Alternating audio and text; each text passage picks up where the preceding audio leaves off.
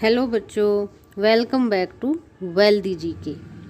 आज की वीडियो में हम हरियाणा का इतिहास भाग 3 लेकर आए हैं, जिसमें हम आधुनिक हरियाणा की बात करेंगे।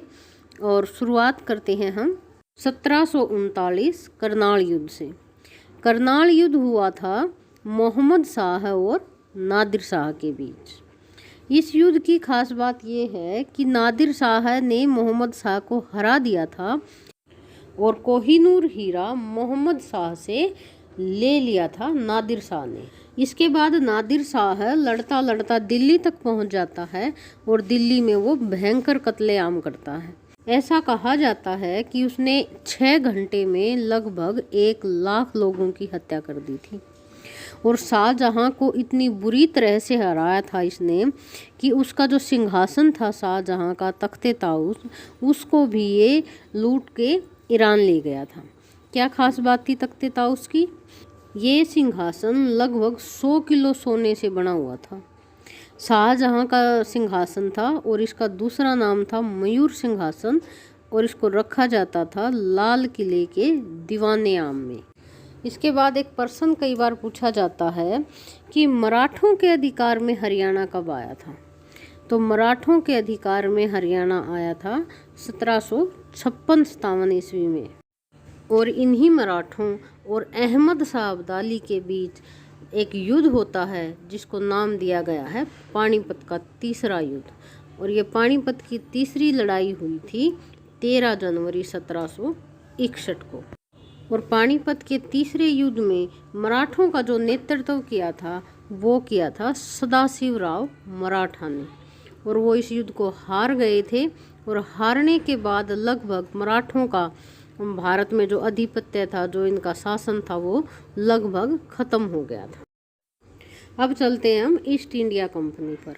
ईस्ट इंडिया कंपनी की जो स्थापना हुई थी वो हुई थी 31 दिसंबर 1600 ईस्वी में। ये पहली ऐसी कंपनी थी जिसके ने भारत समेत दुनिया की लगभग बहुत बड़े हिस्से पर इसने लंबे वक्त तक राज किया। इसके पास लाखों लोगों की फौज थी, खुफिया एजेंसी भी इसके पास थी, और टैक्स वसूली का अधिकार भी इस कंपनी के पास था। इस कंपनी ने ब्रिटेन की जो प्रथम एलिजाबेथ महारानी हुई, उससे इसने एशिया में खुले कारोबार की छूट ले ली थी। और एक टाइम ऐसा था कि जिसमें लगभग पूरा एशिया पर इसका कब्जा था। यानी एशिया में जितने भी देश हैं सब पर इसका राज था। ये पहली ऐसी कंपनी थी जिसमें नौकरी की शुरुआत बगैर तनख्वाह के होती थी। यानी कि लगभग पहले 5 साल तो बगैर तनख्वाह के नौकरी करनी पड़ती थी। लेकिन 1778 में इस मियाद को, 5 साल की जो ये मियाद थी, इसको ख़त्म करके 3 साल कर दिया गया था। एक प्रश्न आता है कि भारत में व्यापार करने का जो अधिकार था वो इसने किससे लिया था कंपनी ने? उस टाइम पे दिल्ली में जो शासक था वो था जहांगीर। और जहांगीर से व्यापार की अनुमति प्राप्त जो इन्होंने करनी चाहिए उसमें इनको बिल्कुल सफलता नहीं मिल रही थी। तो इन्होंने अपने संसद के सदस्य और राजदूत सर थॉमस रो को शाही राजदूत बनाकर भेजा। और उसको भी लगभग 3 साल लग गए थे जहांगीर को मनाने के लिए। और आखिरकार 1608 ईस्वी में कैप्टन विलियम हॉकिंस ने भारत के सूरत बंदरगाह पर अपने जहाज हेक्टर का लंगर डाला और ईस्ट इंडिया कंपनी के आने का ऐलान भारत में इसने किया। ये तो बात हो गई इसकी भारत में आने की। अब देखते हैं कि हरियाणा में ईस्ट इंडिया कंपनी कब आई, यानी हरियाणा पर इसका अधिकार कब हुआ। इसमें बहुत महत्वपूर्ण है सरजी अंजन गांव की संधि, जो हुई थी 30 दिसंबर 1803 को, जिसमें मराठा जो दौलत राव सिंधिया थे, उन्होंने हरियाणा के कुछ भाग को अंग्रेजों को सौंप दिया था। यानी 1803 में हरियाणा के कुछ भागों और 1809 आते आते लगभग पूरे हरियाणा पर ईस्ट इंडिया कंपनी का कब्जा हो गया था। एक तरह से हरियाणा ईस्ट इंडिया कंपनी के अधीन चला गया था। इसके बाद जो हरियाणा के लोग थे वो इसकी नीतियों से बिल्कुल खुश नहीं थे, तो हरियाणा के कई इलाकों में ईस्ट इंडिया कंपनी के खिलाफ विद्रोह हुए, जिनको हम बारी बारी से अब आगे पढ़ेंगे। सबसे पहले देखते हैं जींद का विद्रोह। जींद का विद्रोह हुआ था 1814 ईस्वी में और इसका नेतृत्व किया था प्रताप सिंह ने। प्रताप सिंह के पिता थे भाग सिंह। 1813 तक उनका राज था। उनको लकवा लगने के कारण उन्होंने अपने बेटे को राजकाज सौंपा, लेकिन अंग्रेजों ने एक चाल चली कि उन्होंने इसकी मां को सुहाद्री देवी को राज सिंहासन सौंप दिया। इसका कारण क्या था ये करने का? इसका कारण ये था कि उनके घर में ही फूट आ गई तो फिर प्रताप सिंह ने अपनी मां की हत्या करी और इसका पता लगते ही अंग्रेजों ने जींद पर चढ़ाई कर दी, और जिसमें अंग्रेजों का जो साथ दिया था वो दिया था नाभा, पटियाला और कैथल रियासत ने। छोटी छोटी जो रियासतें होती थी उनमें से इन 3 रियासतों ने अंग्रेजों का साथ दिया था और प्रताप सिंह का साथ दिया था फूल सिंह ने। तो जींद का विद्रोह 1814 ईस्वी में प्रताप सिंह और ईस्ट इंडिया कंपनी या अंग्रेजों के बीच में हुआ था, और अंग्रेजों का साथ दिया था नाभा, पटियाला और कैथल रियासतों ने, और प्रताप सिंह का साथ दिया था फूल सिंह ने। अगला महत्वपूर्ण विद्रोह है छछरौली का विद्रोह। छछरौली का विद्रोह हुआ था 1818 ईस्वी में और इसका नेतृत्व किया था जोधा सिंह ने। जोधा सिंह वैसे तो कलासिया रियासत के शासक थे, लेकिन छछरौली रियासत को इसने हड़प लिया था। हड़पा कैसे था कि जो इसका जो शासक था बुंगेल सिंह, वो संतानहीन था और 1809 में उसकी मृत्यु हो जाती है, और उसका कोई उत्तराधिकारी न होने के कारण ये उस पर चढ़ाई कर देता है और उसको हड़प लेता है। इस बात का पता लगते ही अंग्रेजों ने उसके ऊपर चढ़ाई कर दी। जब इसको पता चला कि ईस्ट इंडिया कंपनी की फौज या अंग्रेजों की फौज आ रही है तो ये भाग खड़ा हुआ और छछरौली की बागडोर चली जाती है रानी राम कौर के हाथ में, और जो बुंगेल सिंह की पत्नी थी। वापिस जोधा सिंह 1818 में छछरौली पर आक्रमण कर देता है, रानी राम कौर को हरा देता है, और उसके बाद फिर जब ईस्ट इंडिया कंपनी की अंग्रेज़ों की सेना इसके ऊपर चढ़ाई करती है तो ये विद्रोह होता है, जो छछरौली विद्रोह के नाम से जाना जाता है 1818 ईस्वी में। अगला विद्रोह हुआ था 1824 ईस्वी में, जिसको किसानों का विद्रोह कहा जाता है, या रोहतक, गुड़गांव, हिसार किसान विद्रोह भी इसको कहा जाता है। इस विद्रोह का कारण क्या था? इस विद्रोह का कारण था बहुत ज़्यादा टैक्स का होना किसानों पर। ईस्ट इंडिया कंपनी ने किसानों पर अत्यधिक टैक्स लगा दिया था, जिसके कारण यहाँ के किसानों ने ईस्ट इंडिया कंपनी के विरुद्ध ये विद्रोह किया था। और अगर बात करें इसकी शुरुआत की तो ये इसकी शुरुआत हुई थी रोहतक से, और इसका नेतृत्व जो किया था वो किया था सूरजमल ने। अगला विद्रोह है बिलावली का विद्रोह। ये हुआ था 1835 ईस्वी में और इसका नेतृत्व किया था गुलाब सिंह ने। ये गुलाब सिंह कौन थे? ये थे जो भाग सिंह हमने पहले पढ़ा था, भाग सिंह जो राजा थे उसके दामाद थे ये। अगला विद्रोह है कैथल का विद्रोह। 1843 ईस्वी में ये कैथल का विद्रोह हुआ था, और इसके जो शासक थे उदय सिंह, ये भी संतानहीन थे, और इस विद्रोह का जो नेतृत्व किया था वो इस उदय सिंह की मां साहिब कौर और पत्नी सूरज कौर ने किया था। और इसमें अंग्रेजों का जो साथ दिया था ये दिया था नाभा, पटियाला और जींद रियासत ने। इसके बाद एक और महत्वपूर्ण विद्रोह आता है जिसका नाम है लाडवा का विद्रोह। लाडवा का विद्रोह ये हुआ था 1845 ईस्वी में, और इसका नेतृत्व किया था अजीत सिंह ने। अब जिक्र करते हैं हम 1857 की क्रांति का। 1857 की क्रांति बैरकपुर छावनी, पश्चिमी बंगाल, 34वीं नेशनल इन्फेंट्री और मंगल पांडे। तारीख थी 29 मार्च 1857। जिस दिन ये गाय की चर्बी से लगे कारतूस देने के कारण, इसके विरोध के कारण मंगल पांडे ने 2 अंग्रेज अधिकारियों को गोली मारी थी। वैसे तो क्रांति की जो शुरुआत की तारीख तय की गई थी वो की गई थी 31 मई 1857, लेकिन कुछ ऐसे कारण बने कि जिसके कारण ये जो क्रांति थी एक साथ नहीं शुरू हो पाई और अंग्रेज़ों को इसको दबाने का मौका मिल गया। इसके बाद तारीख आती है 10 मई 1857। इस दिन क्रांति शुरू होती है मेरठ से और अम्बाड़ा से, इन दो जगह से एक साथ होती है। और इस दिन था इतवार का दिन, यानी संडे के दिन ये शुरू होती है। लेकिन श्याम सिंह गद्दार ने ये सूचना जाकर अंग्रेज़ों को दे दी और हमारे वीर जवानों का खून जो उन्होंने बहाया था उस पर उसने पानी फेर दिया और अंग्रेज़ों ने इस क्रांति को दबा दिया। उनको मौका मिल गया सूचना मिलने के कारण। अब बात करते हैं 1857 के जो शहीद थे उनकी याद में एक शहीदी स्मारक प्रस्तावित है अम्बाड़ा शहर में, जो बनेगा मनोहर लाल खट्टर ने जिसका उद्घाटन किया है 11 मई को। और इस स्मारक की जो ऊंचाई होगी वो होगी 70 फीट। 70 फीट ऊंचा ये स्मारक बनेगा। दोनों साइड 20-20 फीट ऊंची इसकी तरफ दोनों तरफ दीवारें बनेंगी और उन दीवारों पर 1857 की जो क्रांति थी उसके किस्से लिखे जाएंगे।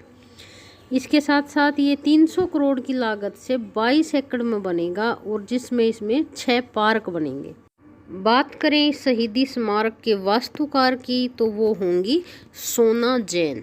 सोना जैन शहीदी स्मारक की वास्तुकार होंगी। इसके बाद जिक्र करते हैं राव तुलाराम का।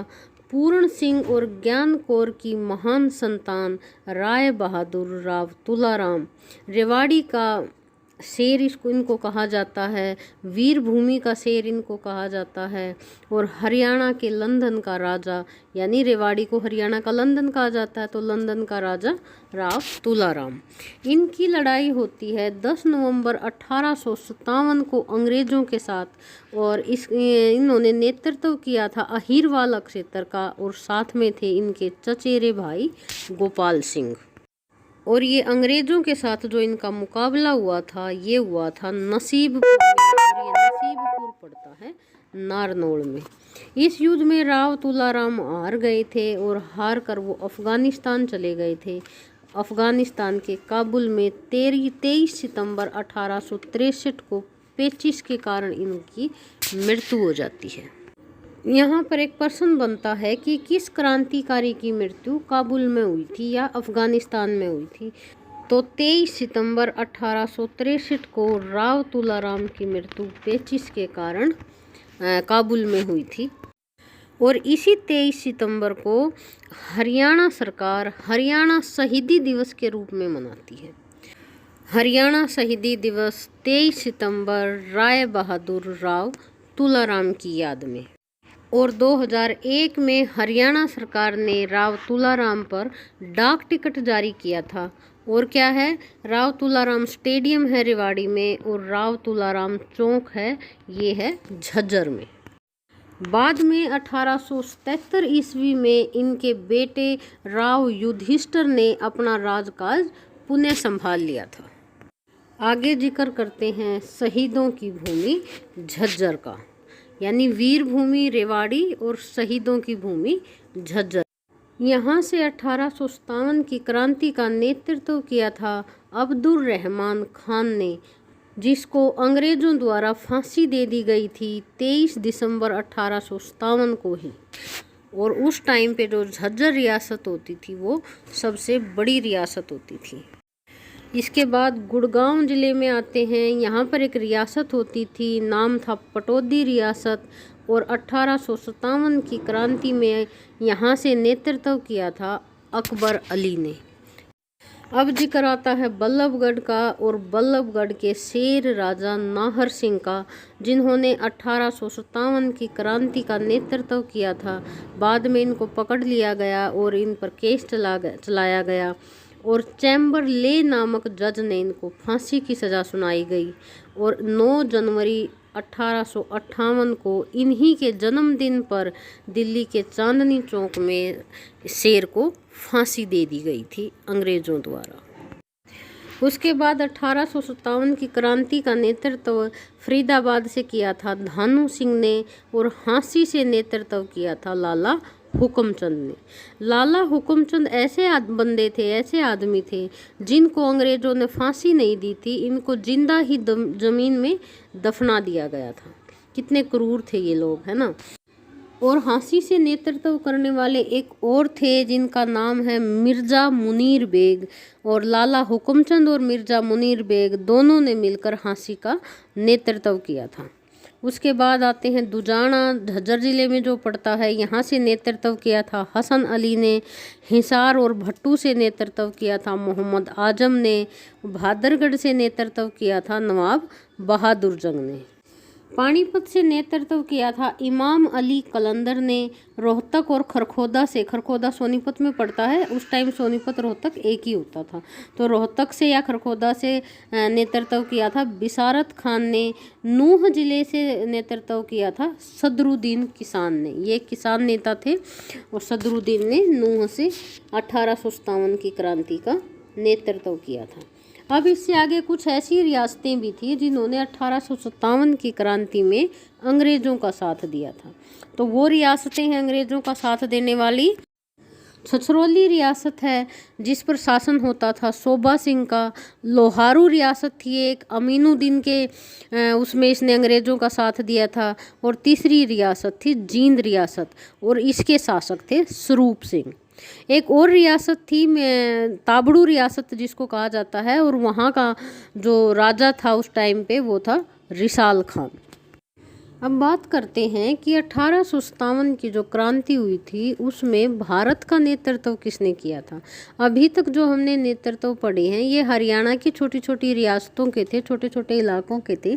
तो संपूर्ण भारत का नेतृत्व किसने किया था? संपूर्ण भारत का नेतृत्व किया था बहादुर शाह जफ़र ने। बहादुर शाह जफ़र बहुत ही एक तरह से महान इंसान थे। जब इन अंग्रेज़ों के द्वारा इनके दोनों बेटों को गोली मारकर इनके पास ले जाया गया तो इन्होंने बड़े फ़ख्र के साथ ये कहा था कि भारत माँ के दो लाल उनकी रक्षा करते हुए उन पर समर्पित हो गए, उनके लिए ये बड़े फ़ख्र की बात है। अब जिक्र करते हैं नागौरी गेट की लड़ाई। नागौरी गेट की लड़ाई 19 अगस्त 1857 का दिन था, जिस दिन कई गांव ने मिलकर अंग्रेज़ों के खिलाफ एक लड़ाई लड़ी थी। और वो गांव थे जमालपुर, बलाली गांव, रोहनात गांव, मंगाली गांव, भट्टी मंगल गांव और भी कई गांव थे। इन सब ने मिलकर अंग्रेज़ों का विरोध किया था। सब लोग इकट्ठे हो गए थे अंग्रेज़ों के खिलाफ नागौरी गेट पर, इसलिए इसको नागौरी गेट की लड़ाई कहा जाता है। अंग्रेज़ों ने इस विद्रोह को इतने भयंकर तरीके से कुचला था कि लोगों को वहीं पर पेड़ों से फांसी दे दी गई थी। लोगों को रोड रोलर के नीचे कुचलवा दिया गया था।